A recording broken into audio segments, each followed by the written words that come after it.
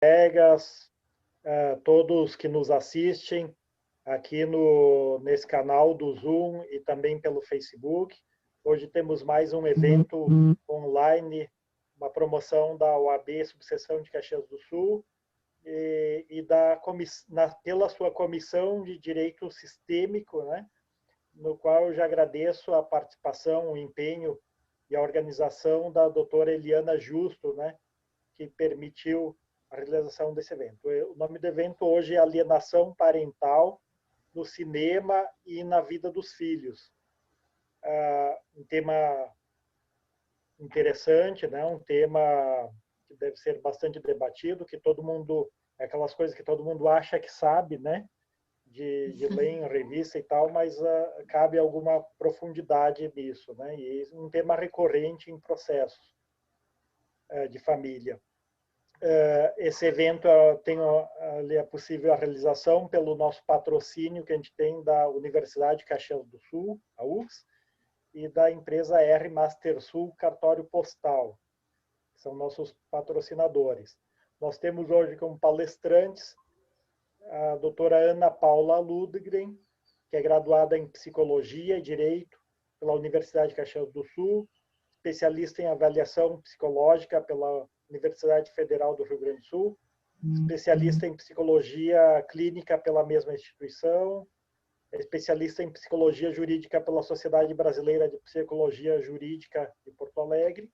Atualmente atua da clínica psicológica e também em demandas jurídicas como perita forense e consultora para escritórios de advocacia e partes em processo. Muito bem-vinda, doutora Ana Paula, já é da casa aqui da UAB, né? Mais uma vez é um prazer tê-la conosco. Muito obrigada, E também temos a participação, então, do senhor Alan Minas, que é escritor, diretor e roteirista de cinema, dirigiu e roteirizou o longa-metragem A Família de Onte, selecionado pelo Latin America Fundo do Tribeca Film Institute, né, de Nova York, premiado nos festivais de Brasília, de Lisboa, de Bolonha, San Diego, e terceira Mostra do Cinema de Gostoso, no Rio Grande do Norte, melhor longa-metragem. Realizou o documentário A Morte Inventada, Alienação Parental, que tornou referência no tema no Brasil e no exterior. Organizou o livro A Morte Inventada, Ensaios e Vozes, publicado pela editora Saraiva. Está em pós-produção do longa-metragem documentário Você Não Sabia de Mim, publicou o romance A Família de Onte e o livro infantil Quando Ju Escapou para Dentro, pela editora Berlendes e Vertecchia. Gente se apaga pela Metanoia Editora e prepara o lançamento do romance O Mundo Nos Cabia pela Cotter Editora em 2020. Muito bem-vindo ao nosso espaço aqui da UAB Caxias do Sul. É um prazer tê-lo conosco aqui, embora de uma forma virtual, mas sinta aí todo o nosso carinho e nosso abraço. E já quero dizer que eu acho que uma das minhas... Se eu fosse... Eu gostaria de ser multimídia, assim como o senhor, né? De cinema, livro... Tal. Acho que se eu fosse, tem muitas pessoas que têm sonho, que querem ser, sei lá, piloto de Fórmula 1, jogador de futebol, e o meu era ter essa capacidade, essa inteligência de fazer obras artísticas, né? Tanto de cinema como de livro, são as minhas paixões aí também. Então, muito bem-vindo, Alan. E eu só quero, antes de passar a palavra, só quero fazer mais um agradecimento, então, aí à Comissão de Direito Sistêmico, pelo trabalho que vocês têm realizado, Eliana, especialmente nesse período de pandemia, né, onde muitas pessoas, muitos colegas, muitas outras comissões às vezes se acomodaram e a Comissão de Direito Sistêmica não, esteve presente, fazendo reuniões, eventos, né, e isso que quem acaba ganhando é toda a advocacia, todo os nossos colegas, né, enfim, para a nossa cultura, o aperfeiçoamento cultural jurídico, ele passa também pelo conhecimento e tal, e que vocês da comissão nos alcançam. Muito obrigado mesmo, doutora Eliana. Então, eu já queria também deixar para suas considerações iniciais, doutora Liana, e depois já passamos para os palestrantes. Obrigado. Ok, obrigada. Eu vou me permitir ser informal, não vou chamar ninguém de doutor. Eu fico muito feliz, é um sonho que eu tinha há bastante tempo, convidar o Alan para falar sobre esse tema que é tão interessante e que pauta o meu trabalho. Eu já conheço ele há bastante tempo. A doutora Ana Paula conheci há pouco tempo. Vai ser muito legal as considerações que ela possa fazer a respeito das questões de alienação parental. E eu não quero tomar tempo do evento, então eu já quero passar, eu acho que começamos com o Alan e a Ana Paula e o Alan vão fazendo os seus intercalando as suas falas, conforme for pertinente, e eu quero aprender um pouco mais. Muito obrigada à OAB, que sempre acolhe os eventos que a gente promove. A Comissão de Direito Sistêmico hoje está dividida, porque tem um evento em nível nacional das comissões, em que um dos colegas, que é o coordenador, é um palestrante, mas a gente conseguiu dividir e ficar cada um de um lado e a gente vai prosseguir ampliando nossos conhecimentos. Muito obrigada, Alan, por ter aceitado o convite. Muito obrigada, Ana Paula. Muito obrigada a todos que estão aqui conosco, no Facebook, no Zoom. Vamos aprender um pouquinho, então. Passo a palavra, então, para o Alan inicialmente, e aí vocês façam como for melhor. Obrigada. Mais uma vez, boa noite a todos vocês, a quem está virtualmente nesse encontro. É um prazer enorme estar aqui, compartilhando experiências, aprendendo com essa troca. E não podia deixar de aceitar esse convite que a Liana me fez. A Liana acompanha meu trabalho há muitos anos. E obrigado, Rudimar, mais uma vez, Ana Paula, Pamela e tantos nomes que... Eu sei que existem muitos nomes envolvidos no evento, mas que, pela distância, enfim, não tomei conhecimento. Acho que, como o Rudimar falou, assim, eu vejo o meu trabalho assim, como uma peça numa engrenagem muito, muito, muito grande. Eu acho que é um somatório de experiências, de vivências e trocas que a gente foi construindo a Morte Inventada. E eu acho que a Morte Inventada foi um filme muito pequeno. Nós rodamos assim com recursos próprios, não tinha patrocínio, era apoio dos meus pais, dos pais da minha companheira, amigos que sabiam. Então toda a equipe do filme cabia num Ford Ka, para você ver o tamanho da equipe. Então até então eu tinha feito alguns curtas-metragens. E quando eu me vi diante desse desafio de fazer o primeiro longa-metragem, será que eu vou dar conta, ainda mais com tanto envolvimento emocional? Enfim, eu acho que não, o cinema é uma arte coletiva, não tem jeito, por definição e na prática mesmo, até a montagem, enfim. Então, como diz Saramago, viu, Rudimar, ele fala assim que todos somos escritores, só que alguns escrevem. Então, eu acho que fica um convite aí para fazer cinema, para escrever. Eu acho que eu comecei a fazer cinema aos 30 anos, eu entrei na universidade aos 30 anos, eu era da área de saúde. Então, aconteceram algumas coisas, aconteceram alguns movimentos na minha vida, sempre me levaram drasticamente para o outro lado. Então, entrei na universidade aos 30, primeiro curto aos 30 e poucos, enfim. Eu me lembro de muitos, não vão imaginar que eu tenho uns 80 e quase 100 anos. Mas, enfim, é isso. Acho que o trabalho eu recebi como quase uma obrigação. Eu não tive tempo de pensar, não tive tempo de raciocinar o tamanho da fogueira, do desafio que é colocar numa película tudo que eu passava, como representar, como construir essa narrativa. Foi muito difícil, um desafio enorme, assim, como primeiro filme, dentro de uma estrutura pequena, sem muitos suportes de aparatos que realmente nos dão segurança. E eu acho que o filme ele se fez, sabe? Eu acho que eu fui só um canalizador, sabe? Fui um facilitador dessa mensagem, assim, de alguma forma que me atravessou, sabe? Não falo num campo, enfim, vários campos pode ser lido o que eu estou dizendo, assim. Mas eu acho que foi um filme construído com muitas pessoas, com muito cuidado, muita gentileza, assim. Sobretudo com os personagens que confiaram em mim. Eu acho que nós falávamos um pouco disso antes, quando nós dizíamos o quanto faz sentido poder fazer uma obra como esta que tu fizeste, Alan, quando em alguma medida isso também toca a vida da gente, né?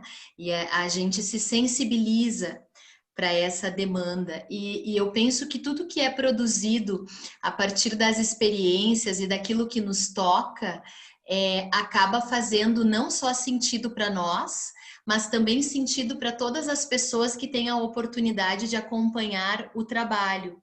E esse teu documentário a respeito de um tema tão delicado quanto a alienação parental, ele é um documentário que retrata, a partir do discurso daquelas pessoas que tu convidaste para compartilharem as suas histórias ali. Ele é um documentário que nos faz pensar, que nos faz refletir e ter uma dimensão do que são essas rupturas psíquicas que acabam acontecendo na vida das pessoas. A gente tem ali o relato dos filhos a partir dessas separações dos pais e de como ambos conseguem lidar com isso, né, com a separação, e como os filhos ficam no meio desta circunstância.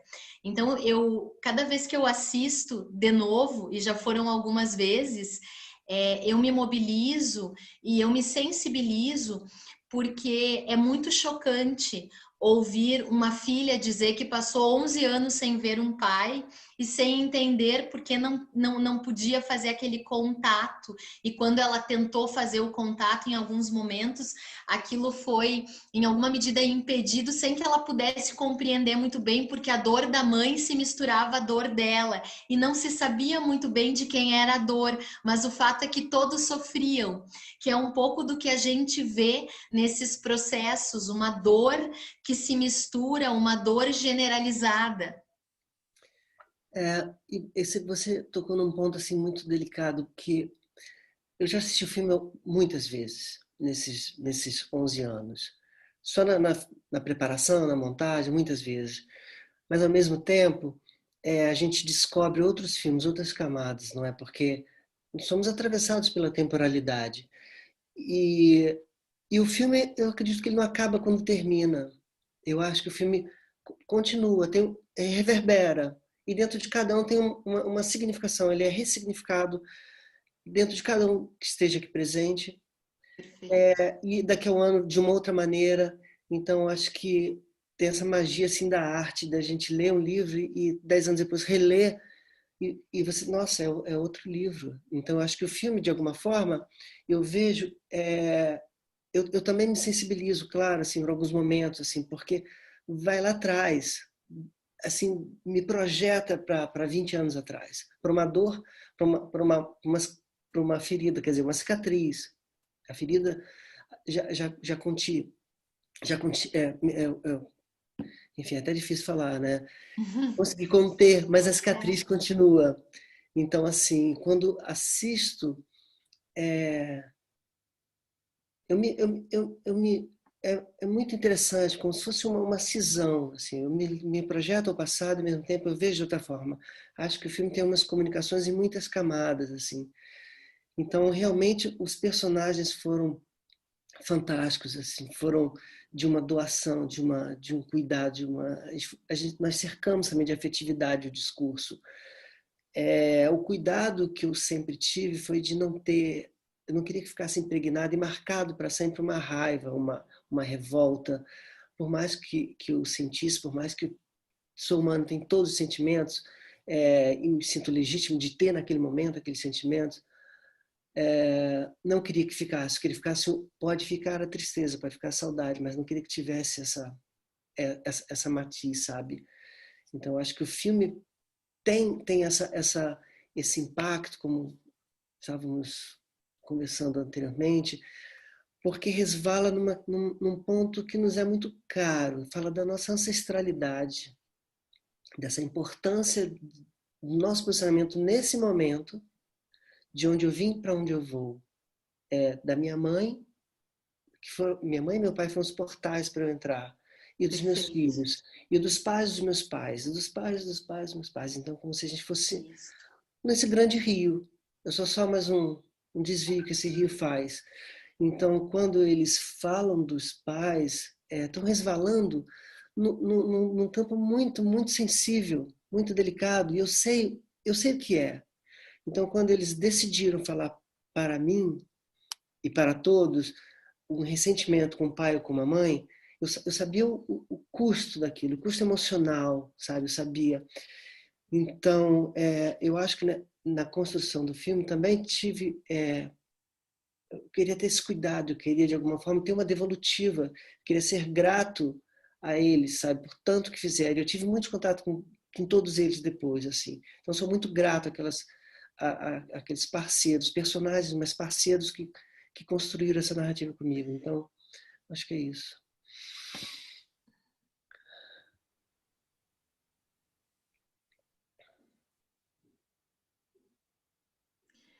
Desculpa que deu uma. Tu sabes que eu acho muito bacana essa tua fala e acho que a oportunidade também que cada uma dessas pessoas teve de poder participar do filme com todo esse teu cuidado e esse teu olhar já é uma maneira extremamente interessante de poder ressignificar tudo isso. Porque à medida que a gente vai revisitando os afetos, e inclusive aqueles afetos que não são tão bons assim, a gente também vai tendo a possibilidade de construir uma nova história a partir desses novos entendimentos, da revisitação dos afetos. E eu acho muito interessante te escutar falar de uma preocupação ao fazer o filme, o documentário, de não ficar focado numa questão de raiva, né, ou de ódio, ou de algum sentimento ruim que permeia a maior parte dessas circunstâncias que a gente trata da alienação, tem de um lado, de outro, ou de ambos, essa coisa da raiva, da frustração, esse misto de sentimentos que não são tão bons. Então, acho interessante tu trazer a fala de que tu te preocupou em não retratar só isso, mas poder trazer talvez esse discurso das pessoas na integralidade, revisitando esses afetos. E eu acho muito bonito quando os filhos podem dizer das memórias que tinham desses pais e do quanto isso foi importante também, até naqueles momentos que não foram tão bons, de afastamento, de distanciamento, e o quanto essas memórias afetivas, elas acabam tendo um significado importante para todos nós, né? E nos salvam nessas circunstâncias emocionais que não são tão saudáveis, tão positivas.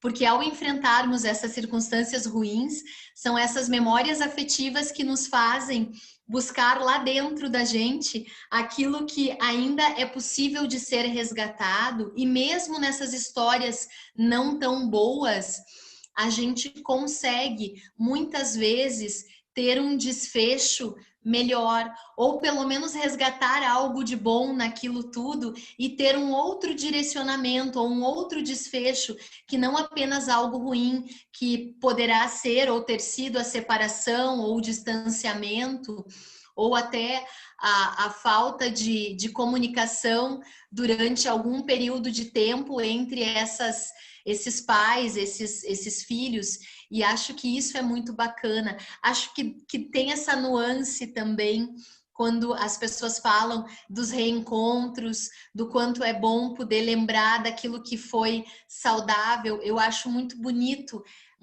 essa nuance do filme, acho muito legal, Alan, acho sensível. Obrigado, mas na verdade, Ana Paula, essa construção foi realmente coletiva, é um trabalho de muitas pessoas, sabe? Acredito. Não só na equipe técnica, como amigo, suporte assim, emocional que eu tive para poder realizar. E quando...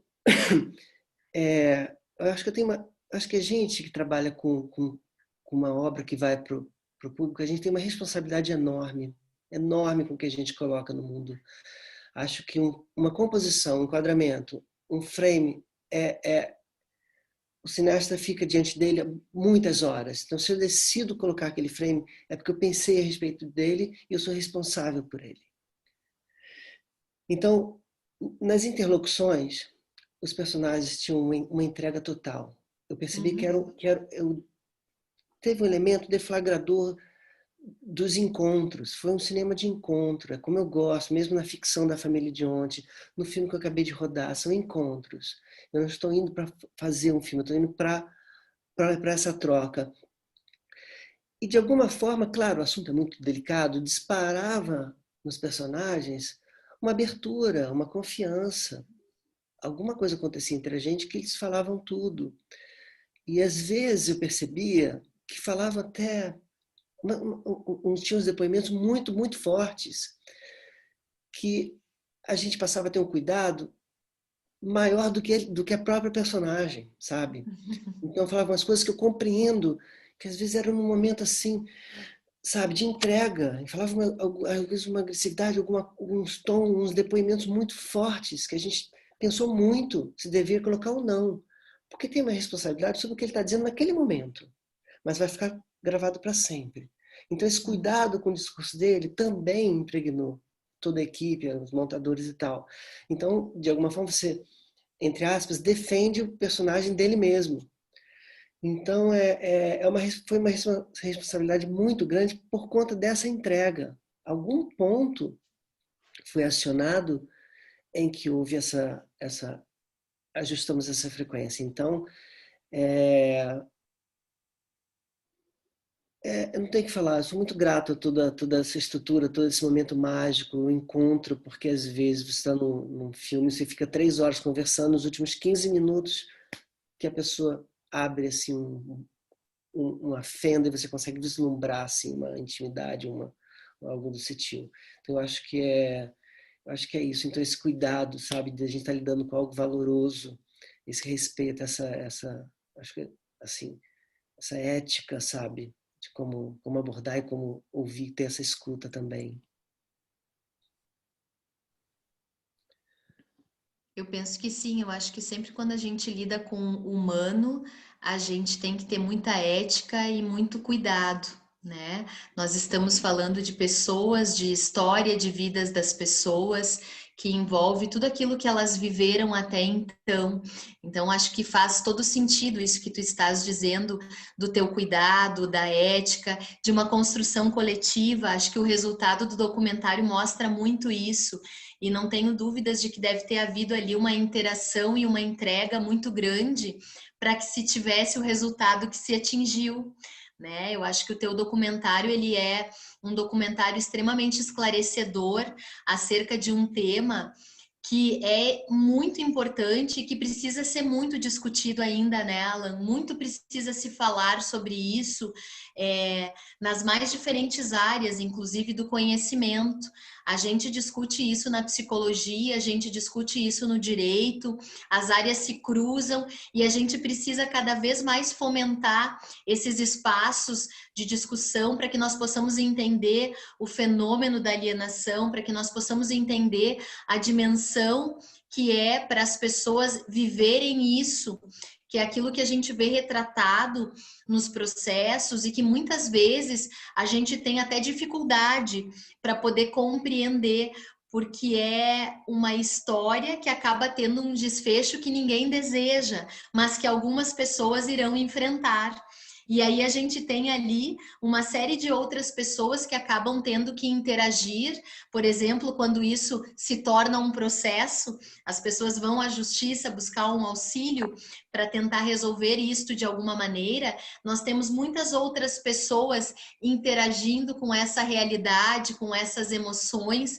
Os operadores do direito, os advogados, os juízes, os promotores acabam tendo contato, os técnicos, né, os profissionais como os psicólogos, assistentes sociais. Então, é um fenômeno que toca muitas áreas e nós precisamos de ferramentas como o teu documentário, por exemplo, para entendermos cada vez mais e melhor, inclusive, de que maneira nós temos que nos posicionar, de que maneira nós temos que pensar, que inclusive é um pensamento técnico sem julgamento de valor, é de poder entender o que se passa com essas pessoas e poder entender que ferramentas nós temos para poder ajudá-las a perpassar isso de uma forma melhor, para que os desfechos possam ser desfechos menos piores, vamos dizer assim, quando a gente está tratando de tanta coisa que faz sofrer,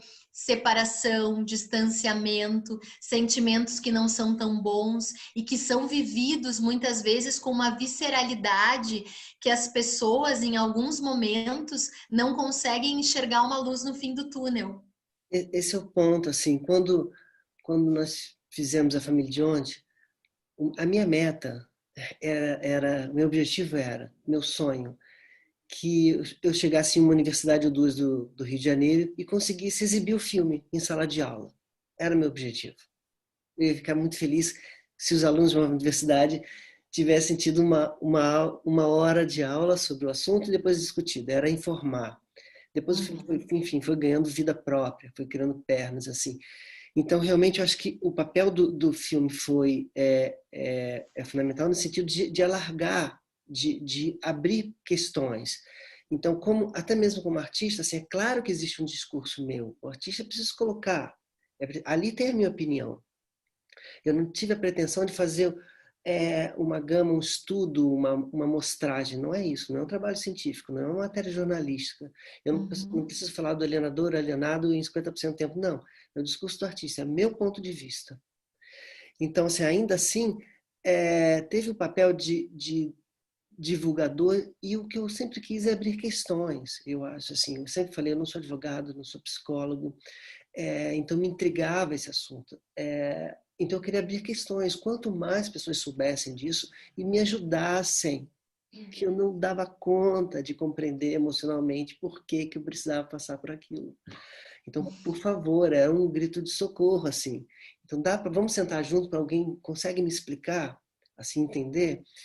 E, infelizmente, gostaria muito que esse filme ficasse obsoleto, que não acontecesse mais essa aliança parental, que o mundo, dentro da utopia do artista, não é? Mas, assim, infelizmente não, assim. Então, eu acho que suscita ainda muitas discussões, acho que tem, por mais que a gente fale, mas é importante a gente promover e informar, porque tem pessoas que não têm conhecimento ainda do nome. E o que me assusta é ver como está arraigado na nossa cultura, do apego emocional, né? Com a retórica do o meu filho, a minha filha. E isso acho que é uma questão muito grave, assim, porque, de alguma forma, parece que, como a Monja Coen fala no livro, parece que a gente precisa ter uma reeducação emocional para saber lidar. Porque o apego material nós temos, mas se a situação apertar financeiramente, alguma coisa, a gente vende o carro, sei lá, a gente consegue viver. Mas o apego emocional é muito forte. Então, assim, não tem aquele sentido, aquela frase que poderia ser realmente tatuada, assim, eu criei meu filho para o mundo. Sabe que a gente sempre tem uma retórica, a gente está sempre na escuta da infância, mas parece que a gente esquece de escutar a nossa própria infância. Tem um amigo... Então, quando eu estou falando da aliança parental, eu estou falando como pai, eu estou falando de mim como criança. Ali estou eu criança também. Eu também estou correndo ali. Então, me colocar como nesse papel, por mais que seja impossível, não invalida a minha busca. Então, é curioso que tem um amigo meu que viajou pelo Oriente, ele visitou uma ilha chamada Papua Nova Guiné, e ele comentou de uma estrutura social muito interessante, que a gente queria fazer a gente quase foi fazer um documentário sobre eles, mas, enfim, teve umas catástrofes naturais lá, tsunami, aquelas coisas, e que é o seguinte, uma ilha onde tinha mais crianças do que adultos. Então, as crianças de 14 anos saíam, de 14 até os mais novinhos, saíam num barco, aqueles barcos rasos, iam pescar. Então, toda a organização social era pautada, o trabalho, o peixe, tudo era organizado pelas crianças. Olha que situação, que inversão. Tudo bem, não vamos abrir a discussão para um lado se funciona ou não funciona. Só, simplesmente essa hipótese já me alimenta. E se tudo fosse visto de outra forma? E se esses apegos emocionais, se a gente fosse visto como prioridade, sabe? Porque me parece ainda que a gente esquece que a gente foi criança, que a gente teve, sentiu na pele, sabe? Parece quando a gente discute em São Paulo que esquecemos isso tudo, esquecemos, apagou da nossa memória. Então, eu acho um equívoco enorme. Então, você estava conversando hoje à tarde, hoje pela manhã, essa questão da nossa noção da ancestralidade, e um amigo meu falando, porque a gente tem essa memória, não é? A gente carrega memória celular, ancestral, esse mito do amor, da mãe e tal. Tem um amigo viajando, aquela história no Rio São Francisco, e aí tem um barco passando, e na margem os meninos, numa canoa, e chamava o barco para cima deles. E aí, esse meu amigo, que é fotógrafo, estava no barco, estava desesperado, porque o piloto do barco estava realmente indo para cima das crianças. E ele ficou angustiado. Essas crianças, cadê os pais dessas crianças, desses meninos aqui na beira do rio?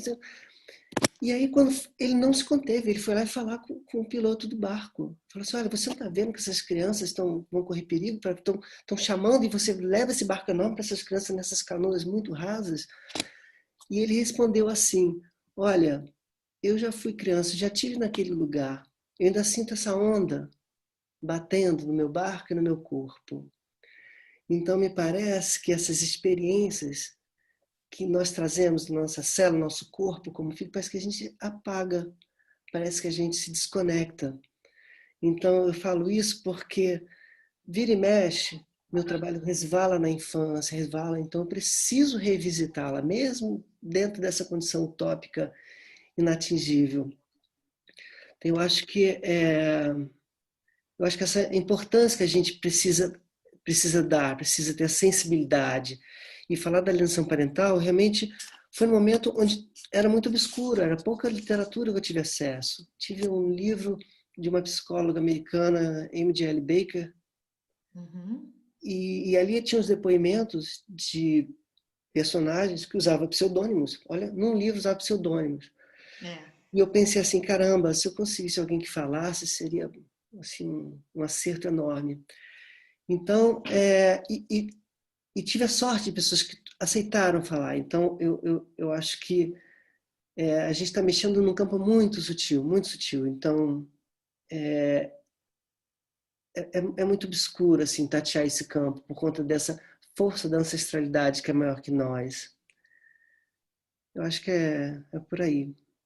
Eu acho que sempre é uma sorte encontrar pessoas disponíveis a falar dos seus afetos, né? A falar daquilo que sente, porque é muito complicado. Esse é um exercício que nós não somos educados, Alan.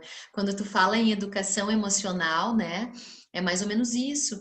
A gente é muito mais educado para reprimir, por vezes, aquilo que sentimos, do que para poder estar falando sobre o que sentimos. E eu acho que é um exercício extremamente importante poder falar do que se sente. E eu acho tão interessante, no documentário tem uma cena de um pai que fala o quanto é difícil para ele estar ali naquele lugar, falando sobre tudo aquilo, né? E o tempo todo a gente está falando disso, das emoções, das situações que as pessoas estão vivendo, do quanto aquilo é difícil para todo mundo. E sim, nós temos que sempre revisitar a nossa infância e poder entender o que aconteceu conosco lá, para entender o que está acontecendo agora aqui na adultez e dar um sentido para aquilo, porque certamente tudo está interligado. Muitas das explicações que nós buscamos, por vezes uma vida toda, elas estão lá na nossa infância e a gente vai revisitá-las na vida adulta, por vezes através de um tratamento, que nada mais é do que uma catarse, para poder falar daquilo tudo que nos suscita algumas dúvidas, alguns sofrimentos, algumas dores. E eu acho que o documentário traz muito isso, assim, uma possibilidade de revisitar tudo isso, inclusive para compreender e poder sair deste lugar e viver uma outra vida. Então, quando se supera isso a partir do entendimento, também se abre um portal para escolher um outro caminho.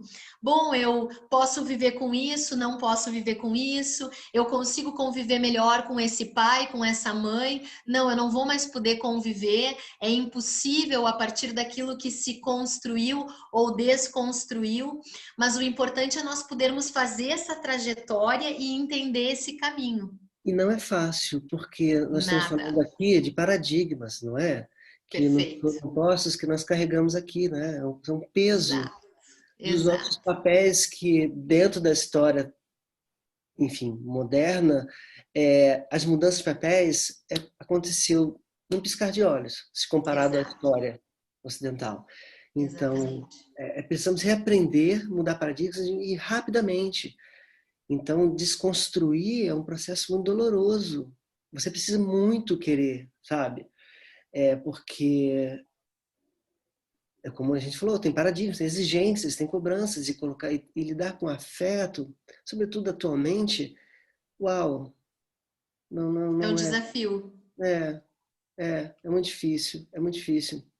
A gente está falando o tempo todo alienação, mas a gente está falando o tempo todo de relações, de pessoas que resolvem estar juntas e que daqui um pouco não dá mais para estar junto, daqui um pouco não são mais só duas, são 3, 4, 5 ou 6, e todo mundo tem que dar uma saída para aquilo que se está sentindo.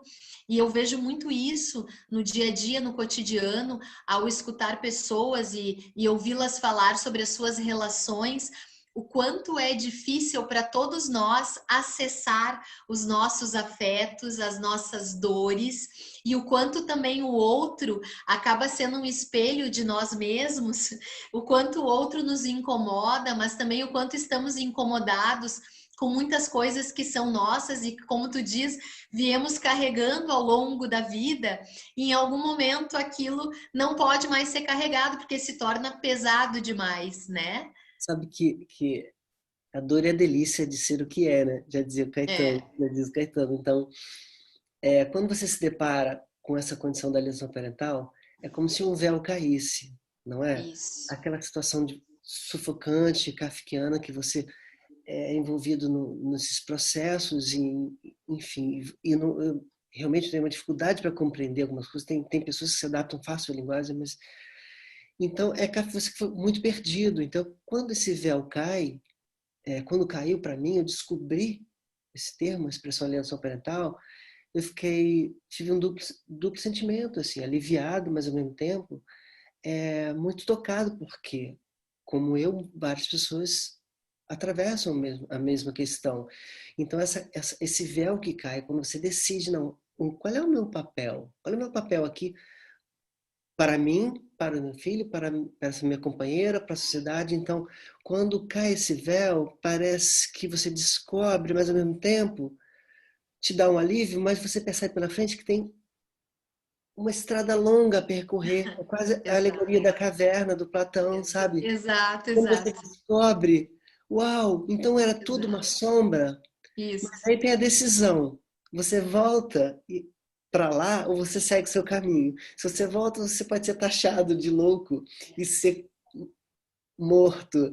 Ou você segue na luz. Então, é um dilema você se reconstruir, então, dessa forma. E tu sabe que uma das questões, Alan, que me perseguem e que eu penso muito e tento todos os dias revisitar através da prática profissional é assim: a gente tem ali na configuração da lei e no discurso também a figura do alienado e do alienador, né? E eu sempre fico pensando, obviamente, como num filme a gente tende a colocar o alienador num lugar de vilão, como alguém que está ali causando aquela dor e aquele sofrimento a todas aquelas pessoas. E sim, em alguma medida, ok.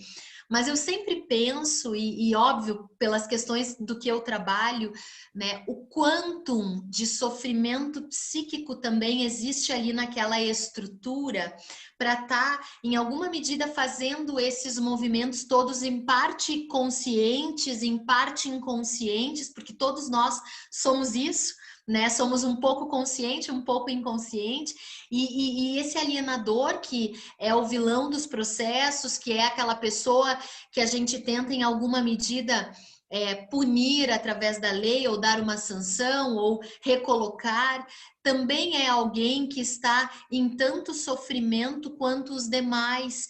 Então, é um conjunto de pessoas que estão em sofrimento em diferentes posições, mas todas elas, como tu disseste em algum momento, com muitas cicatrizes, muitas coisas que falam muito alto, que se confundem e que fazem as pessoas ficar se debatendo, né, sem saber para onde olhar e se existe uma saída. Eu acho que isso é bacana a gente poder pensar e ampliar a dimensão do olhar, poder entender isso e o lugar de sofrimento de cada um desses personagens desse cenário. Pois é, assim, quando me aproximei, as figuras do alienador, do alienado, da culpabilização, da vítima, eram muito consolidadas na minha cabeça. Uhum.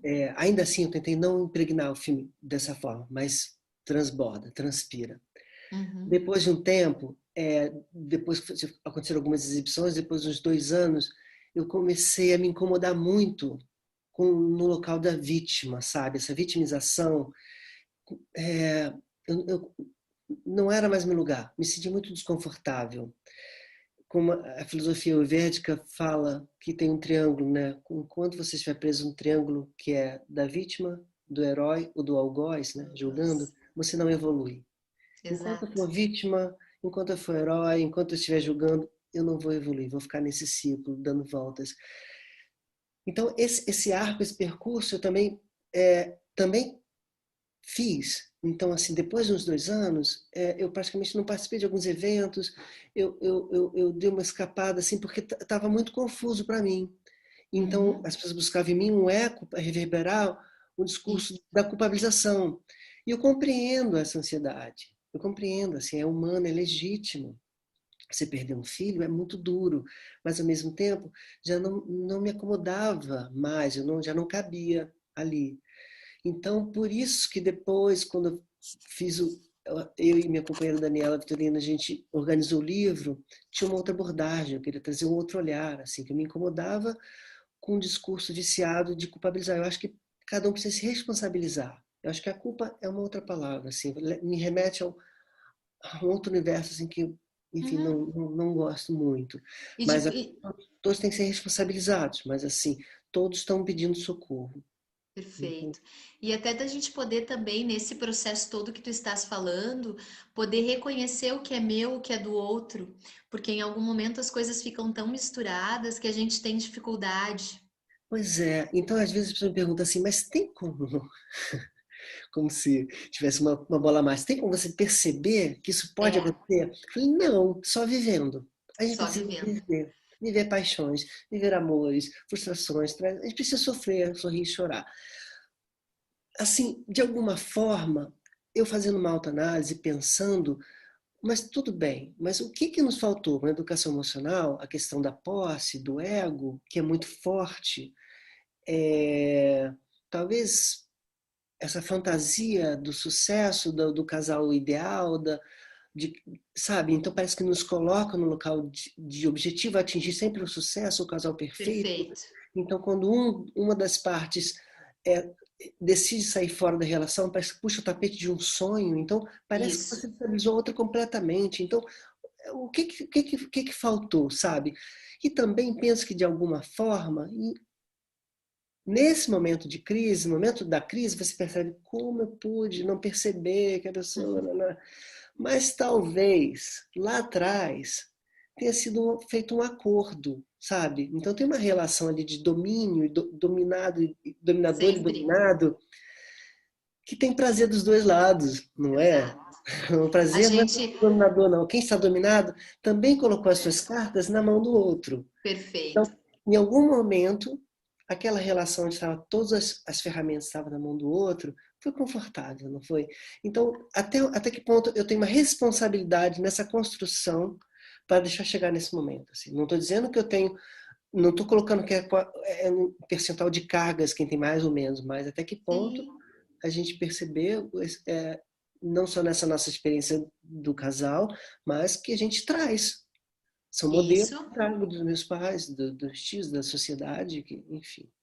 A própria história do casal em si, ela é um reflexo de tudo aquilo que vem antes desse casal se encontrar, da história de vida dos indivíduos, de como eles foram filhos desses pais, como esses pais foram filhos dos seus pais, e vem uma série de elementos ali que fazem com que as pessoas se coloquem de uma ou de outra forma nesta relação, né? E eu acho muito bacana isso que tu fala, porque eu acho que nós vivemos um momento que é um momento social que sempre existiu, obviamente, de uma idealização das relações, de como as pessoas têm que se portar ou se relacionar. Essa história que tu fala da construção do sonho perfeito, da relação, do casamento, do comercial de margarina, que a gente sabe que, infelizmente, não é aplicável na realidade.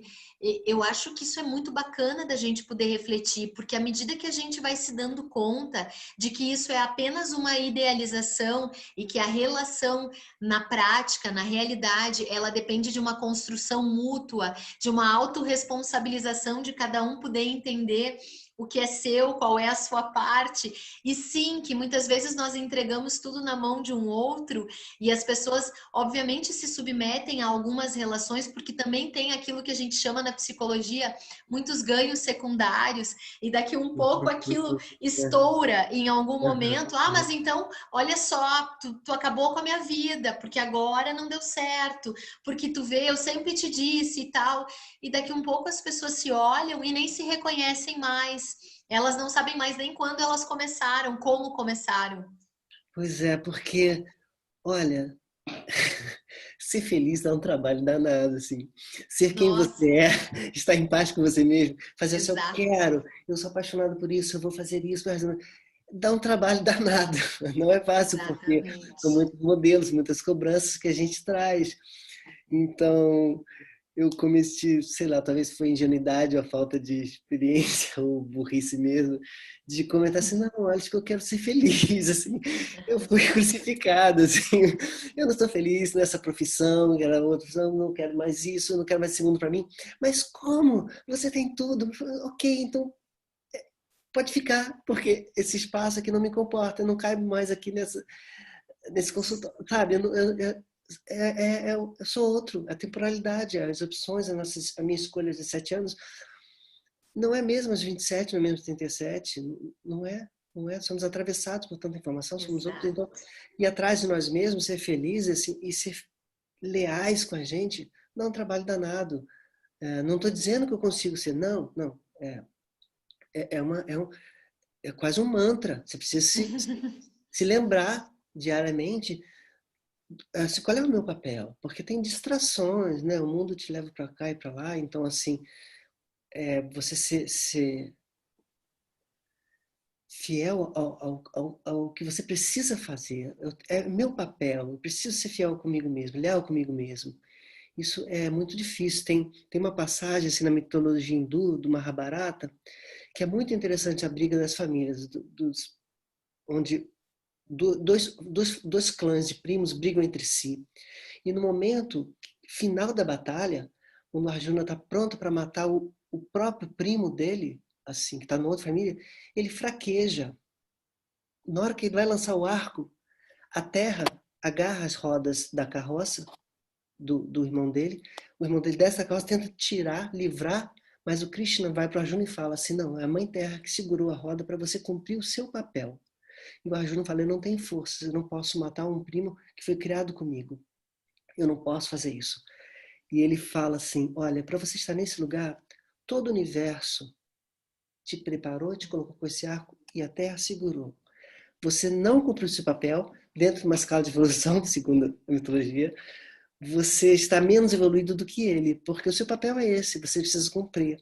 Então, assim, essa sintonia consigo mesmo e não cair dentro de uma expectativa de modelos que te colocam de sucesso, seja lá o que for, é muito difícil. É uma construção diária.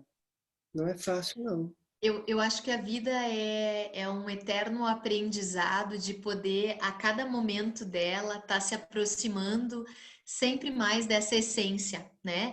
E acho que tu tens muita razão quando tu falas que cada momento de vida é um momento diferente do outro, não só por uma questão de idade cronológica ou de maturidade que a gente vai atingindo e a gente vai se modificando por essas questões, mas também por tudo aquilo que nos atravessa em diferentes momentos. O que é num momento não é no outro. E isso a gente pode fazer também uma junção com a própria circunstância da alienação e de tudo que vai sendo construído ao longo desse processo ou desconstruído, porque também é permeado por diferentes momentos e algumas coisas são passíveis de ser resgatadas, outras não. Outras a gente perde aquele tempo que é daquele momento e depois a gente precisa lidar com aquilo da maneira que for possível lidar conforme a vida vai andando.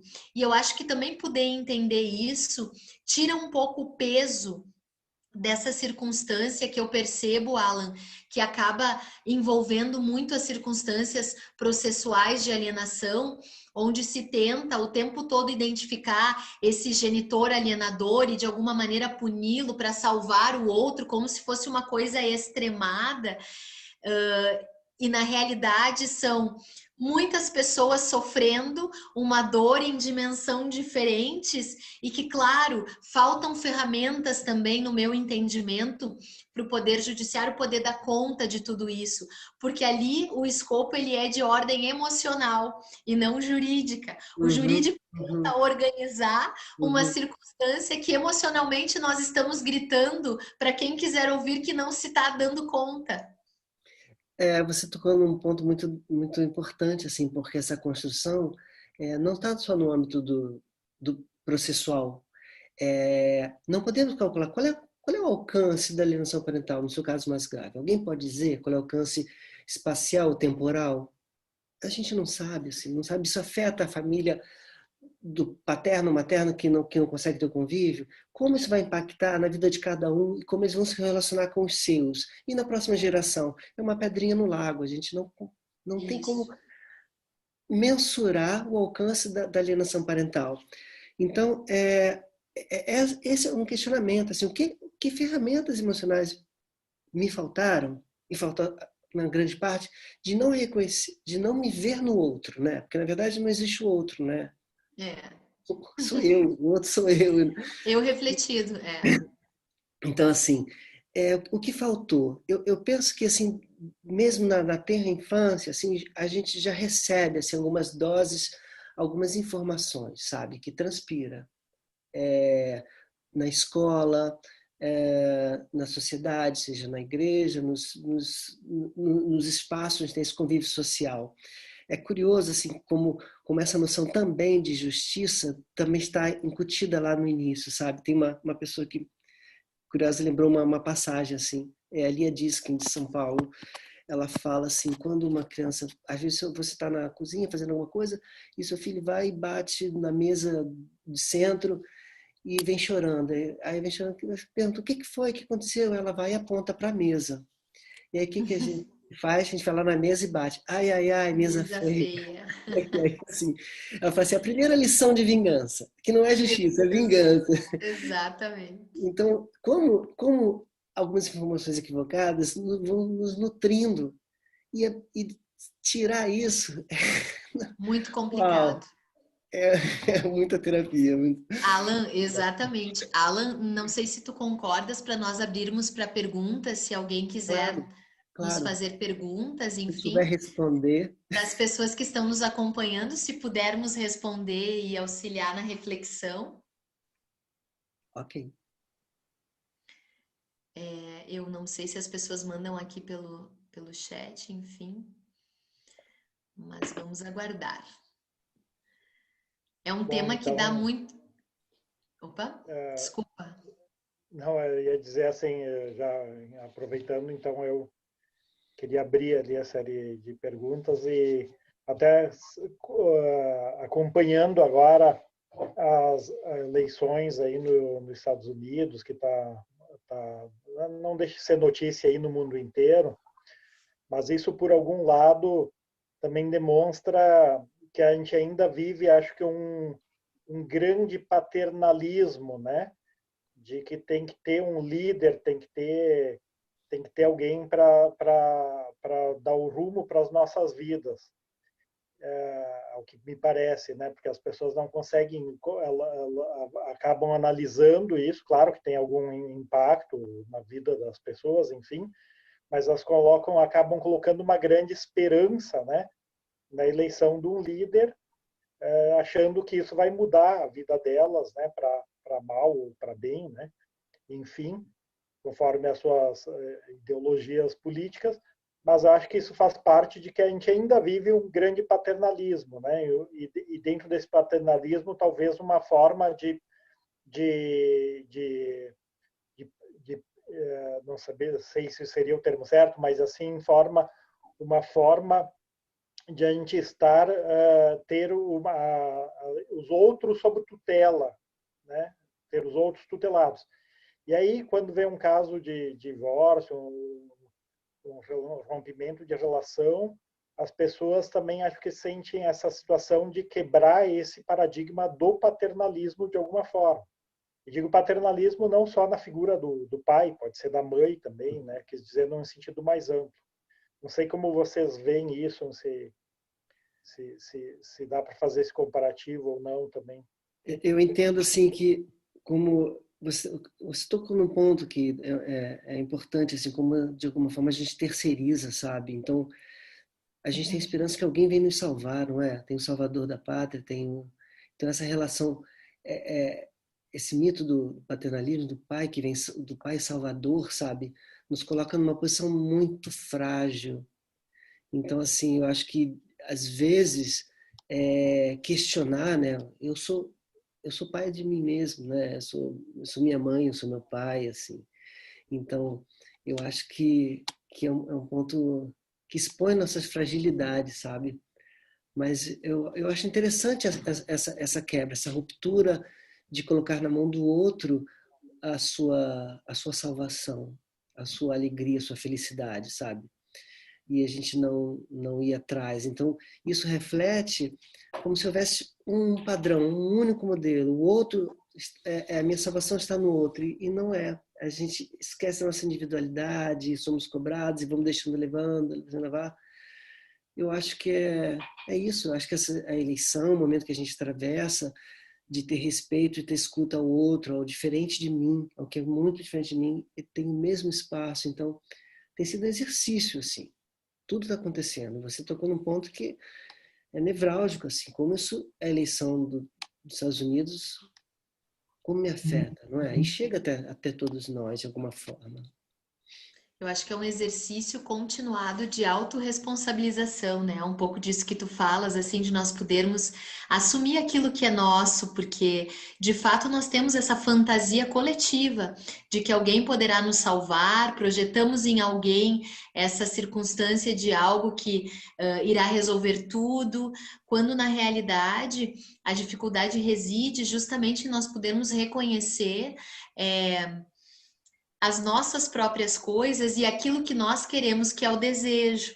Nós temos muita dificuldade para lidar com o nosso próprio desejo, que acaba se refletindo nessa coisa da autorresponsabilização e de uma diminuição de projeção em algo maior, né? Porque à medida que a gente entende que somos nós por nós mesmos, com o que sentimos, com o que fazemos, acabamos também tomando consciência e, obviamente, ou diretamente, acabamos tendo atitudes mais responsáveis, inclusive num momento como esse que o Rudimar diz, né, que são as eleições lá, aqui, e que é um momento que nos faz refletir sobre tudo isso e sobre essa responsabilidade que pesa sobre os nossos ombros, de todos nós, né? Eu acho que é bem importante a reflexão e aproxima muito de tudo isso que falamos até aqui.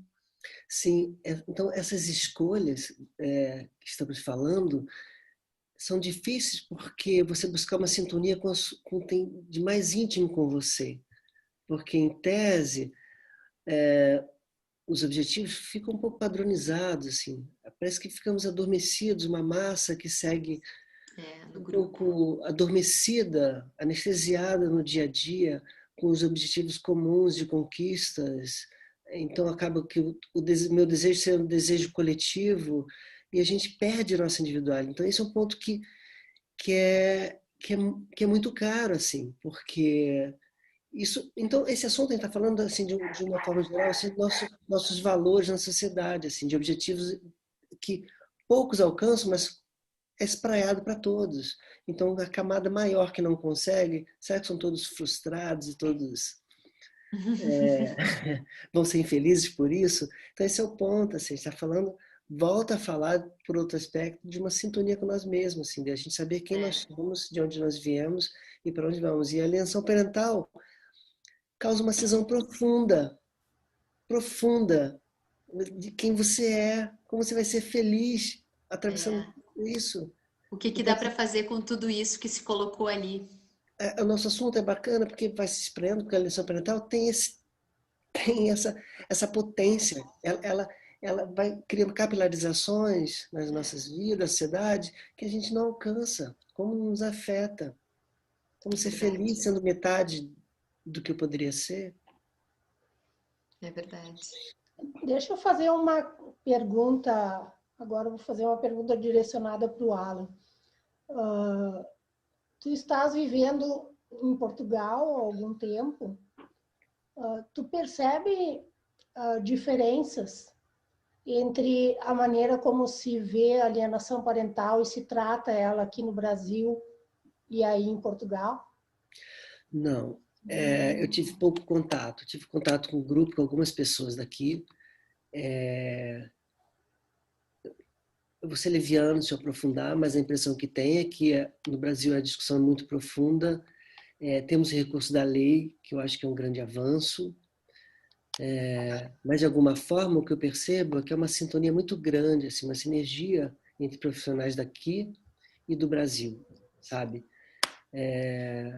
As questões são as mesmas. Sai matéria no Público, no jornal, eu estava lendo hoje uma matéria do Público de umas 3 semanas atrás, de um pai com as mesmas queixas. Assim. Então quer dizer que eu fui bom enquanto estava casado? Quer dizer que eu sou um bom pai para um filho, para outro filho não sou bom? É aquelas mesmas questões, sabe? Enquanto eu estava casado, eu era um companheiro excelente, cuidava da minha filha enquanto estava estudando, depois se separou, eu perdi todas as minhas virtudes. Então as questões são as mesmas, assim. Agora, como atua toda, enfim, o judiciário, isso eu desconheço. Estou aqui 1 ano e 2 meses e enfim, não tenho esse conhecimento profundo.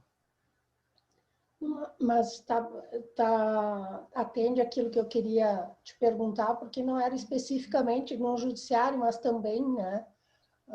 A gente acompanha algumas questões internacionais de alienação parental e parece que isso é uma chaga mundial, né? Eu acho, não consigo, até agora não vi algum lugar onde que essa dor e essa chaga tenha sido superada ou encontrado um caminho mais curto e mais adequado do que o que a gente tem buscado há tantos anos, né? Há uns anos atrás eu tive muito contato assim, a respeito do Tribunal da Alemanha, Tribunal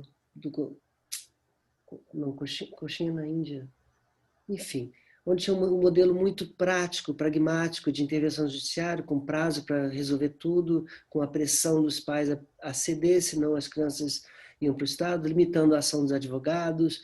Então, no início, isso gerou uma celeuma, porque os advogados se sentiam um pouco restritos nas suas ações, até mesmo nos recursos, mas depois de um tempo, assim, acabou surtindo efeito, porque tem uma presença de alguém ali se posicionando e colocando um deadline, como a gente sabe, por exemplo, que um juiz, na primeira audiência, não precisa talvez aplicar a lei, basta um aviso, não é? Verbal, assim, com as partes, olha, vamos começar agora. Mas se eu perceber que alguém está obstaculizando o outro de ter contato, eu vou agir. Está bem? Estabelece as regras. Ok, vamos começar. Então, basta um aviso, tem estudo que já prova isso, que basta um aviso que desarma um pouco, dá uma arrumada. Assim, né? Às vezes. Então, mas dá Às uma vezes. arrumada, assim. Mas é um aviso, olha, eu estou atento, sabe? Então, já estabelece, olha, tem cartão amarelo, tem cartão vermelho, é o juiz ali, você sabe o que é uma Eu comunidade. acho que, Isso eu acho que seria lidar. bem bom, né? Seria bem bom que a gente tivesse isso aqui, porque eu vejo, eu trabalho muito com alienação parental. A maioria dos meus casos são. E no judiciário eu não encontro solução, nunca. Nunca encontrei. 20 e poucos anos, no judiciário eu não encontrei solução. Eu encontro fora, assim, encaminhando para atendimento psicológico. O judiciário, às vezes, ajuda quando o juiz determina a obrigatoriedade da terapia, que daí vem o Conselho de Psicologia e questiona, né? Porque obrigar a fazer terapia vai contra, né? Uhum, uhum. Mas eu fico pensando assim, dentro da minha utopia, assim, que tudo está na nossa educação, sabe? Eu acho que assim, a nossa educação é lá atrás, lá na primeira infância, de comunidade. Acho que é ali que está construindo os afetos, ali que estão construindo as interlocuções, ali as relações sociais. Acho que é ali, sabe? Então, esse ponto da educação emocional, eu acho que é fundamental, sabe? De compreendermos o outro, assim, como toda diferença que você possa ter de mim, eu te respeito como você é, assim, sabe? A infância é um terreno sagrado. E é um terreno sagrado porque é ali que se estabelecem todas essas primeiras circunstâncias que definem o resto todo, tá? Todo o resto vai estar linkado ali. E eu acho tão interessante porque a Eliana fala, né, como é difícil lidar na prática do dia a dia do direito e da psicologia também, porque eu enfrento avaliações que são avaliações muito pesadas, né? A gente escuta toda essa dor que as pessoas trazem, esse ódio, essa raiva, e por vezes as crianças estão ali no meio, e aí a gente precisa pontuar uma coisa ou outra quando não recebemos dos juízes estas pessoas para fazer terapia, que a pessoa já vem assim. Não, eu só tô aqui porque o juiz me mandou, porque se eu não vier, né, vai sobrar, vai ficar ruim, vai ficar pior. Então, a gente tem, acho que a Eliana fala muito bem e é isso. A gente tem uma falta de mecanismos ou de circunstâncias que deem conta de tudo isso, mas quando eu digo deem conta de tudo isso, eu tenho uma clareza enorme do quanto é difícil dar conta de tudo isso e quase uma utopia acreditar que o Poder Judiciário vai poder dar conta de tudo isso, porque tudo isso são esses afetos, é essa construção de vida que é muito complicado chegar num determinado ponto, tentar fazer um recorte e dizer, bom, agora nós vamos lidar assim. Sabe, Ana Paula, assim, o processo do meu amadurecimento em relação, né, com a vida, né? Não é só com a vida. Quando eu fiz o filme, tinha um discurso. No livro, nas experiências que eu tive, eu já comentei isso uma vez com a Eliana, não sei se você vai se recordar. Tivemos alguns encontros, convidávamos psicólogos, advogados, promotores, embargadores, sempre pessoas ligadas ao direito para debater depois do filme. E por um acaso, em Recife, um mediador faltou, era um advogado, e foi assim, pegar à força um antropólogo para mediar. E quando ele falou, eu fiquei encantada, eu falei, olha, é isso, acho que é isso. Então, por um incidente, no Rio de Janeiro fizemos outro debate, eu convidei Bernardo Jablonski para mediar, junto com o Antônio Calmon, com a Kátia Maciel. Então, depois fui convidando pessoas de fora para tentar achar brechas. O que me falta? Assim, porque isso é uma prática minha, não estou querendo ensinar, não, é uma prática minha. O que está me faltando como ferramenta, como recurso? Então, o livro Ensaios e Vozes, a gente, quando coordenamos, a gente alternou pessoas ligadas ao direito e um dramaturgo, pessoas ligadas ao direito e uma socióloga. Então, para emprestar, porque afinal de contas, realmente é um problema de todo mundo. A lição parental tinha que ser os professores da primeira fase têm que estar cientes do que é isso, tem que saber quando a mãe chega na escola e fala, olha, ela tem que estar informada, é ali, é no pediatra, sabe? Então tem que ser, tem que ir para o CRM. Eu tentei fazer a exibição do filme no Congresso de Medicina, claro que eu fui ignorado, ninguém me deu ouvido, mas assim, para mim essas pessoas precisam ser informadas. Seja de escola pública ou particular, tinha que ter um projeto para poder chegar até eles. Olha, acontece isso. Eu concordo contigo.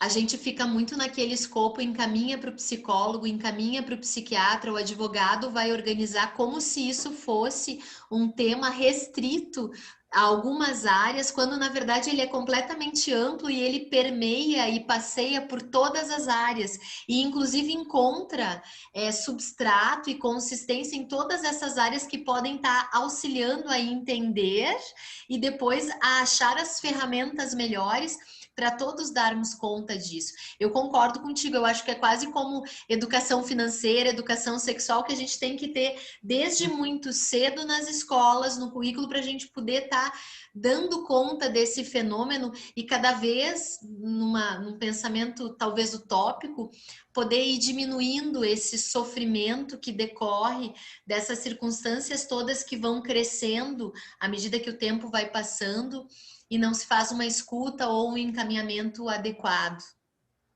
Deixa eu só colocar uma questão que nós já estamos se aproximando, nós já passamos de uma hora que nós tínhamos combinado. Uma pessoa, uma colega pediu indicação de livros. Então eu vou deixar para vocês indicarem. Tem os livros do Alan ali e a Ana talvez possa indicar também, para depois a gente se encaminhar para o final, porque a gente sabe que o Alan tá bem tarde da noite para ele lá. Mas tá tudo bem, gente. Tu sinaliza, porque senão nós vamos ficar por aí. Então vamos ver se a gente consegue atender a colega que pediu, porque a alienação parental é o tema do TCC dela. Então, se vocês puderem. Bacana. Que bacana. Bom, eu não saberia se agora se tem o título não, mas tem autores tão interessantes como livros da Sandra Bácara. A Sandra eu tenho os livros dela. Não tenho o nome agora, mas... Eu também não me recordo, mas eu me lembrei da Sandra também, porque ela tem uma bibliografia muito consistente, uma caminhada, né, que respalda. E o próprio livro A Morte Inventada, né, do Alan. Ela o próprio colabora. livro do Alan também, eu acho que é muito indicado para um TCC. Sem dúvida. Assim, o livro ele abre um leque, não é, como eu falei, de discurso, assim, de olhares, né, de filósofos. Eu acho que é um pouco, quase um convite, entre aspas, assim, uma provocação para toda a sociedade pensar, né? Me ajuda aqui a resolver, porque esse problema é de todo mundo. Eu penso que a alienação parental é uma guerra silenciosa, sabe? Ela vai destruindo vidas ou meias-vidas, assim, e a gente não percebe. Não é como o vírus, assim, que você percebe o óbito, vai no hospital, tem uma estatística. A alienação parental, ela é silenciosa, vai se espraiando e vai... Qual é o alcance? Então, isso que é assustador. É assustador como reverbera, qual o alcance. E a questão da informação ela é essencial porque a gente tem uma ideia, ou tinha uma ideia, né? Bom, alienação depois que o casal separa, então, por não dar conta dessa separação, um dos genitores poderá alienar. Mas a gente sabe, e sobretudo observando como as coisas vão se dando, a gente percebe isso antes mesmo, por vezes, dos casais se separarem.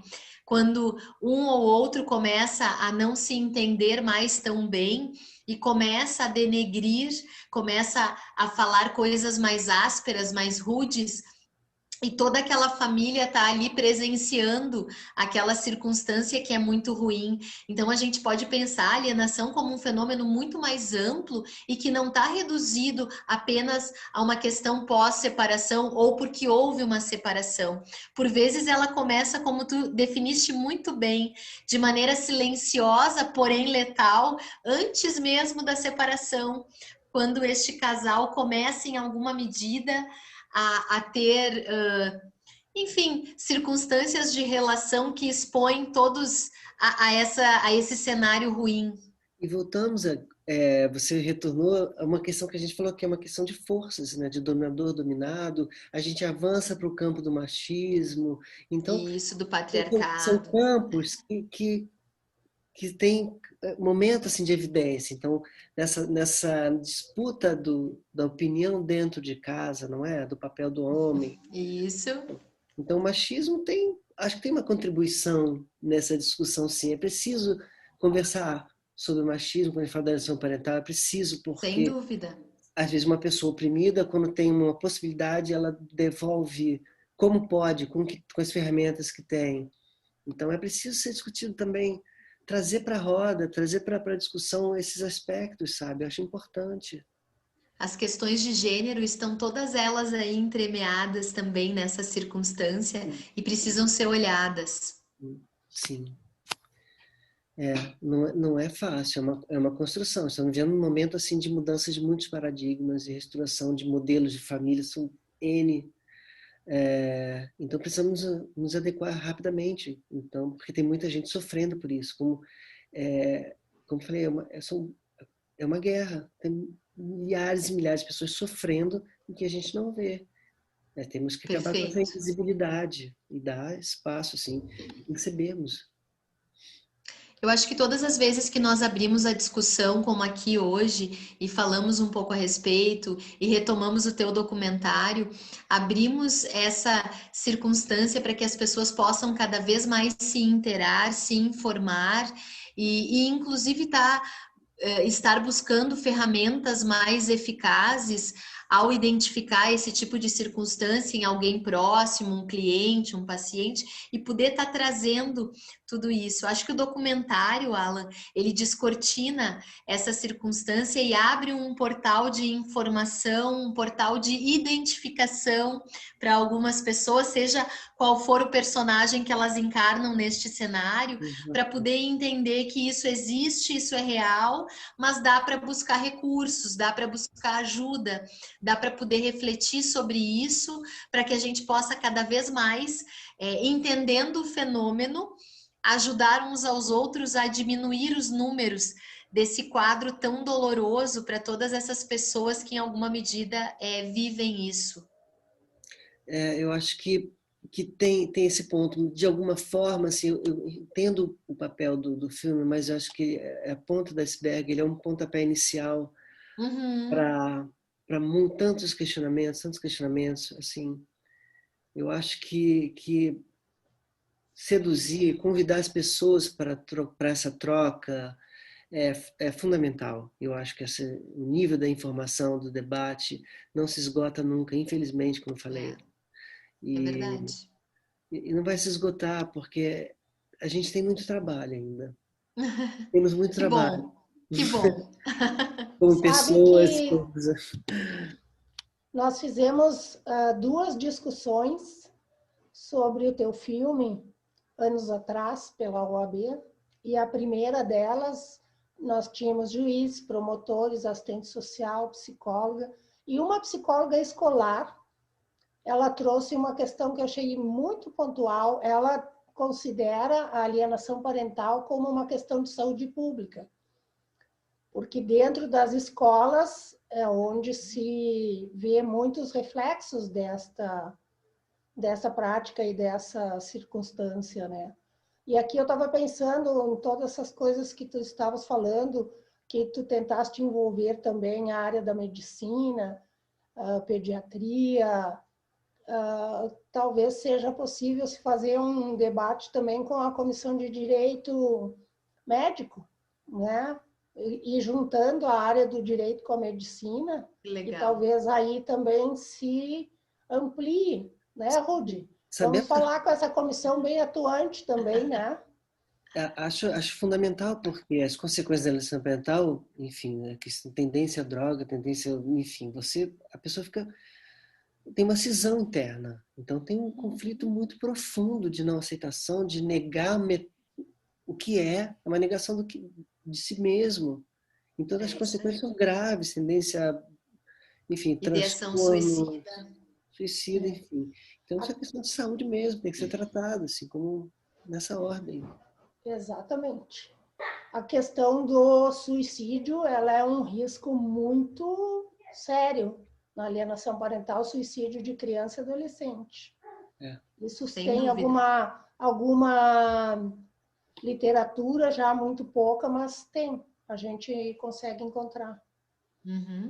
Para ter um nível da gravidade, né? E hoje, se a gente não cuidar, os tempos que a gente vive atualmente de pandemia agravaram as práticas de alienação parental, isso ficou muito evidente.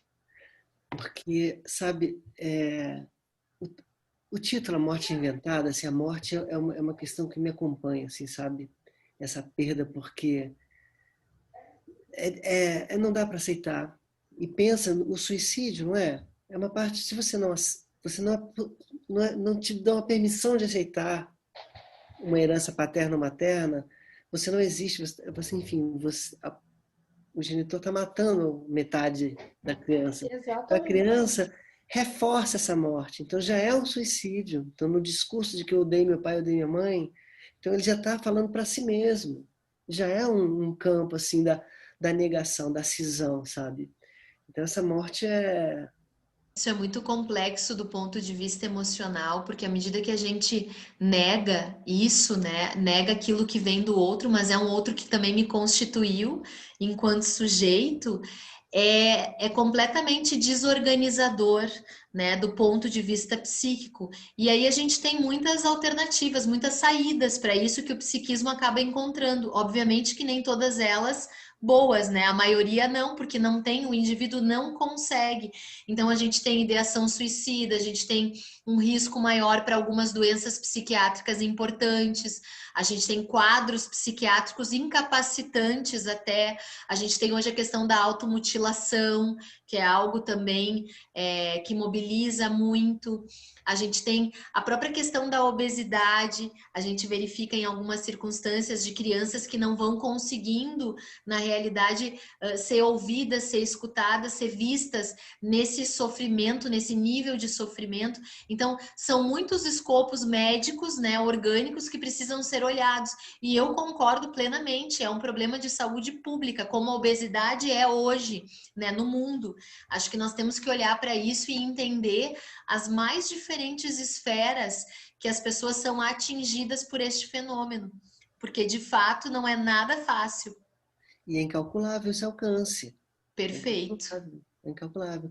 Eu estava lendo que uma especialista da USP especialista em luto, que para cada uma pessoa, para cada um falecimento, 10 pessoas entram em luto. E dentro do contorno brasileiro, onde são mais, o número é até conservador, talvez mais. Então você percebe esse alcance, assim. A minha experiência, quantas pessoas foram sensibilizadas? Não dá para ter uma noção, é muita gente. A gente ainda tem a questão da temporalidade, então isso se alastra sorrateiramente nesse silêncio e a gente não percebe, vai adoecendo cada vez mais a sociedade, enfim. É verdade. Muito bom. Acho que a gente agora pode se dirigir assim para algumas considerações finais, porque eu fico sensibilizada. Aqui nós tínhamos combinado 1 hora com o Alan, já estamos quase com 1h30. Então, eu gostaria de pedir se vocês podem, cada um de vocês, fazer umas considerações finais para a gente ir encerrando. Pode ser? A conversa está boa, a gente se perde, não é? Queres começar a fazer as considerações finais? Por favor.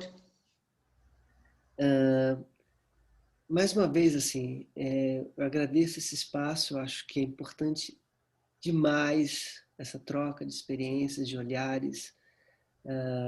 Agradecer a Rosmar, a Eliana, a Ana Paula, a Pamela, enfim, mais uma vez a todos os envolvidos.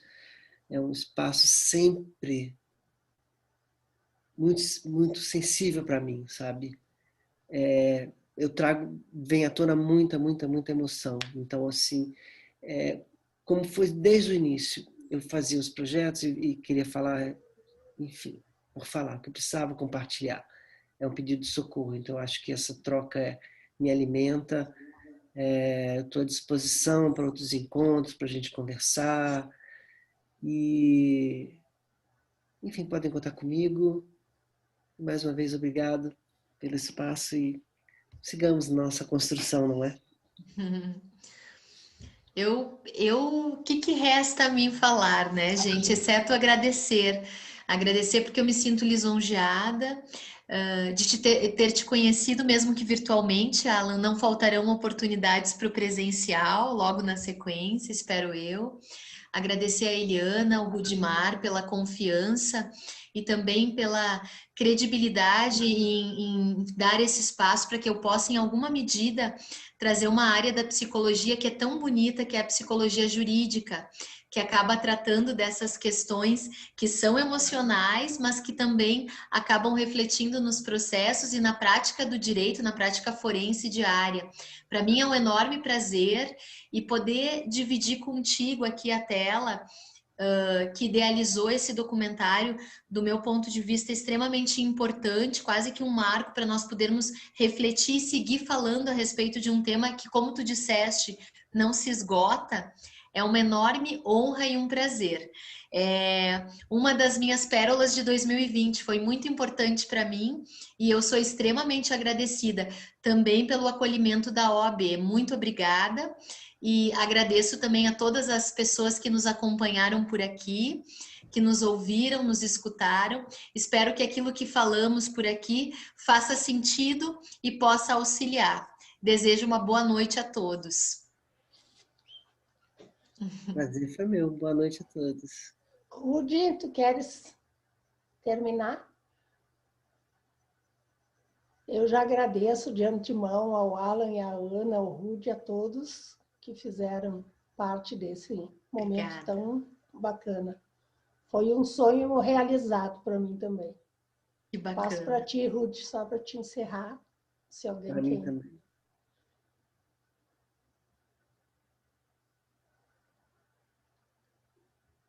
Rudy, tu tá sem áudio. Isso. Perfeito, desculpa a iniciação. Eu acho que Alan e Ana Paula, acho que todo mundo hoje vai dormir um pouquinho mais leve e vai pensar um pouco nas suas próprias relações, né? Depois de ter ouvido tudo isso, ter feito questionamentos. Acho que foi colocado situações para nós pensarmos, né? Sem ser umas imposições, mas sim uma reflexão, né? Sobre esse problema, né, que de alguma forma todos acabam enfrentando, né? Alguns mais diretamente, outros indiretamente, outros sabem quem sofre com isso, né? E acho que a maneira que foi explanado ficou de uma forma leve e bastante instigatória, né? Para se aprofundar no tema e tal e ver como podemos auxiliar. Por isso agradeço muito, Alan, de ter mesmo em outro continente, está aqui se disponibilizando a emprestar os seus conhecimentos aí para nós, né? Também a Ana Paula, por mais uma vez estar aqui conosco, né? Espero que a gente Obrigada. consiga ainda repetir tantas outras vezes. Obrigada. A Eliana, por ter organizado junto com a comissão esse evento, né? E por todo o trabalho que vocês estão fazendo. Meus agradecimentos também a todos os colegas, advogados, advogadas e também pessoas da sociedade que eu vi que estão nos assistindo aqui tanto pelo Zoom como pelo Facebook. Acho que todo mundo teve muito a ganhar com isso e esperamos contá-los com todos em próximos eventos.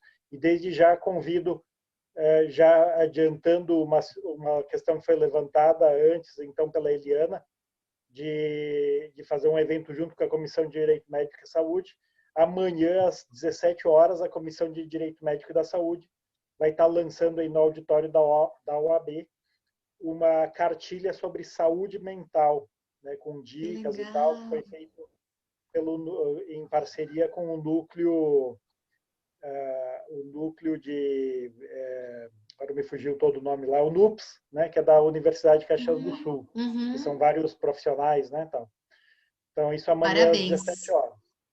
E amanhã também às 20 horas a gente tem nesse canal do Zoom, a gente tem um evento que é Mediação em Debate, que é com o professor Luiz Fernando Ormo e o nosso conselheiro aqui da OAB, João Paulo Bueno Panho, que vão fazer um debate, um falando a favor e outro contra, né, as situações da mediação, de forma para mostrar aí, enfim, para a gente ter se aculturar melhor nessas novas formas de composição, né, dos litígios. Então, todos estão já convidados.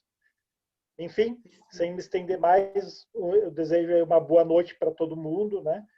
E estamos aí abertos para, quem sabe, a gente poder replicar esse evento de uma forma presencial daqui a um tempo. Será um enorme prazer. Mais uma vez, obrigado. Foi um prazer enorme. Boa noite a todos. Boa noite. Boa noite, gente. Muito Boa obrigada. noite. Muito obrigada. Obrigado a vocês. Muito obrigado. Obrigada.